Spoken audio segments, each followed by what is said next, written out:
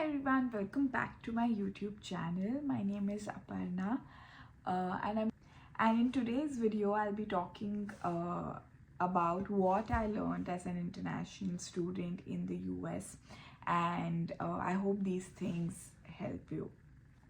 So when I moved to the US for my LM, I really thought I was ready because I had studied English all my life. I used to watch many American shows. So I thought I knew a lot about the American culture and it would be easy to fit in. But honestly, it wasn't as easy as I expected it to be. It wasn't as easy to adjust as I expected it to be. It's only once I got here that I realized language is only one part of fitting in. From workplace confidence to how you dress, from small talk to sports talk, there were so many subtle cultural shifts I had to go through.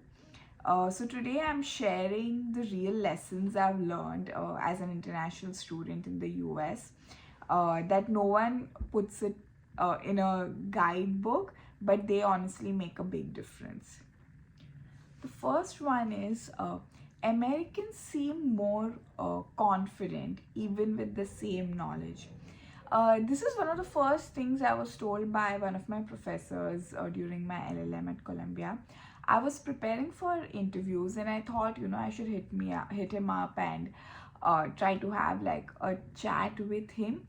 He was an Indian American professor, so I thought it would help him understand where I'm coming from, and it would be an easier conversation. He would know what my background is and understand it better. So I got on call with him, and the first thing he told me was that just believe in yourself and be confident in what you know. He told me the biggest difference he saw amongst his students who come from Southeast Asia and Americans is that Americans are very confident. Even with the same knowledge, Indians or even any people or other people from Southeast Asia, they don't come across as very confident. Back home we are taught that humility is a virtue. Don't praise yourself too much. You should focus on your work, and you should expect other people to praise you, and you should not talk highly of yourself, otherwise you will seem too proudy. There were such terms thrown around while I was in school and even at home, honestly. But in the US, if you don't highlight your own strengths, people might not even know what you're capable of. So, talking about your skills isn't show off in the US. It's honestly how you build your credibility. So, first thing I would say is that don't shy away from talking highly of yourself if you believe in your skills. Don't shy away, talk. Of course, you cannot be exaggerating, but do not undersell yourself. And that's what I feel a lot of Southeast Asians and Indian people do. My second point is that networking is not flattery, it is strategy. Back home, we usually were taught that hard work should speak for itself. But what I have learned here is that who you know also really matters.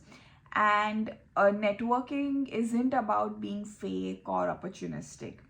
It's simply how people learn about you, remember you, and recommend you for opportunities. So reach out to alumni, ask for coffee chats, and follow up after events. Network is expected and respected. In fact, it will come across as rude if you don't try to, talk to people and try to build a network. And at least when I was growing up, when I was back home, I was there was this term called chaplusi. They would say कि मस्का मार रही है, chaplusi कर रही है, she's trying to get into the good books, and it would come across as a negative trait. oh, she's trying to win a favor.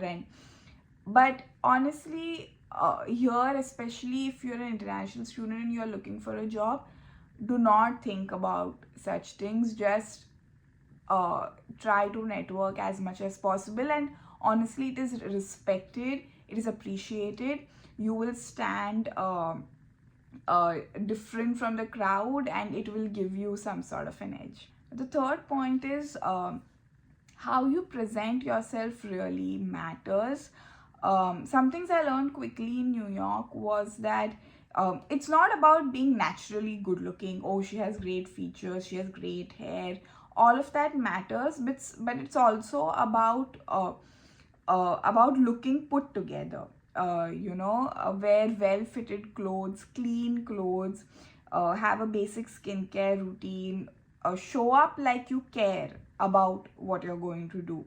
Uh, and take yourself a little seriously, take your health seriously, work out. Even if you can't afford the gym in your first few years, work out at home, and wear clean clothes, ironed clothes. Even if you don't have a lot of budget for a good wardrobe, just make sure you're wearing clean clothes and well ironed clothes. And for girls especially, it helps to wear a little makeup, to dress up a little, wearing nice shoes, and just looking more presentable. You do not have to be the best looking person in the room, but you can try to look put together. Maintain your hair well, get your nails done. I haven't done my nails in a few weeks, but because I've been busy, but it's not nice. You should, even if you are not able to keep up with getting your nails done regularly, keep them clean. That's the least you can do. Don't have dirty nails. Such things get noticed. And honestly, I feel that people here treat you the way you look. So just make sure that you look presentable. Now, the next point is that English isn't enough. It's about cultural fluency. Even though I studied English my whole life, I still found myself missing jokes at work or needing a few seconds to get sarcasm. Turns out speaking English fluently isn't the same thing as thinking in the rhythm of American English. It's totally normal. It takes some time. Watch American shows, ask people to explain references, and just give yourself some time. It gets easier. It takes a little time to understand their kind of humor, and even though you understand the language, sometimes even though there is some sort of a language barrier, maybe a tone barrier, which you need to like break open and learn. It takes a little time, and just be patient with yourself. My next point is that small talk isn't small. In India back home, we tend to get to the point, but here people love small talk. It's how relationships are built. So even if it feels pointless, saying things like, how was your weekend? Crazy weather today, it goes a long way. Small talk is like a social handshake, participate in it. It helps people feel connected to you. One thing I noticed was that back in India, although I used to say hello to all my co-workers, but it wasn't a big deal. Nobody thought of anything if you didn't really go around and say hello or like introduce yourself.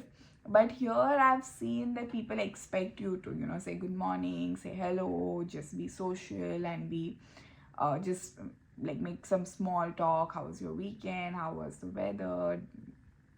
So just this is something that you learn when you get here. Now, talking about sports is social currency here. In New York, especially, sports talk is everywhere. Baseball, basketball, football, and not knowing anything can feel a little isolating. I didn't grow up with these sports, but now I follow the basics just enough to not feel left out.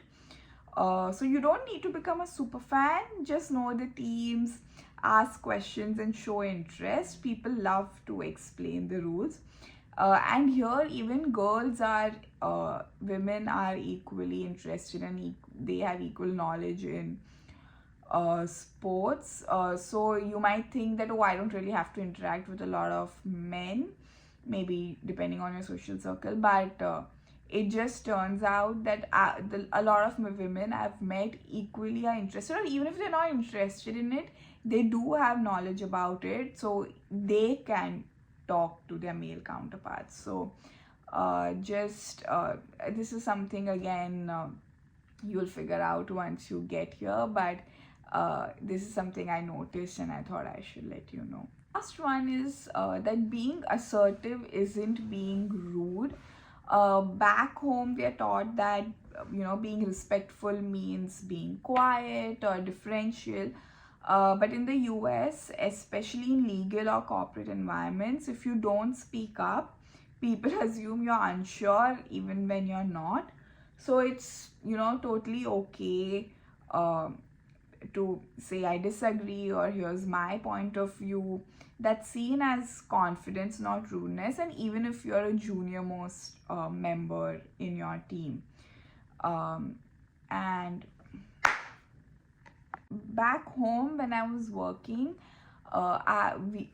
it just naturally, or that was the culture, that I used to call the partner I was working with ma'am, and anybody who was senior to me as at least like way senior, like a partner level sir or ma'am. But none of that happens here. You can just call them by their first name, especially once you started working with them. It has been very difficult for me to do that, especially with older partners. I just cannot. I am somehow, the Indianness in me is very much alive for me to just call somebody who's much older to me, like maybe my father's age or my grandfather's age, by their first name. But that is the culture, that is how people are. So what I decide to do is that I just say Mr. So and so and use their last name, just so that I don't have to use the first name, or I won't call them sir. So I'll just say Mr. So and so. So now this one is a little silly, but I thought I should tell you guys. No one writes in cursive here. This one still honestly makes me laugh. I go to court very often, and we have to draft our own orders many times, and it's handwritten. And naturally, I start writing in cursive. And somebody couldn't read it. Like most people can read it. They of course know what it is, and they read it. But there was one person who could not read it.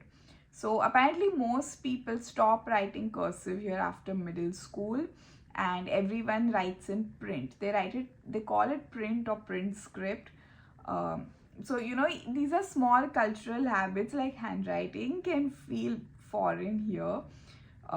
So that's just part of learning new things. If you related to one of these, let me know in the comments. What was your biggest culture shock in the US? And don't forget to like, share and subscribe for more LLM and international student content, and share this with someone preparing to study abroad. Thank you so much for watching my video. Bye.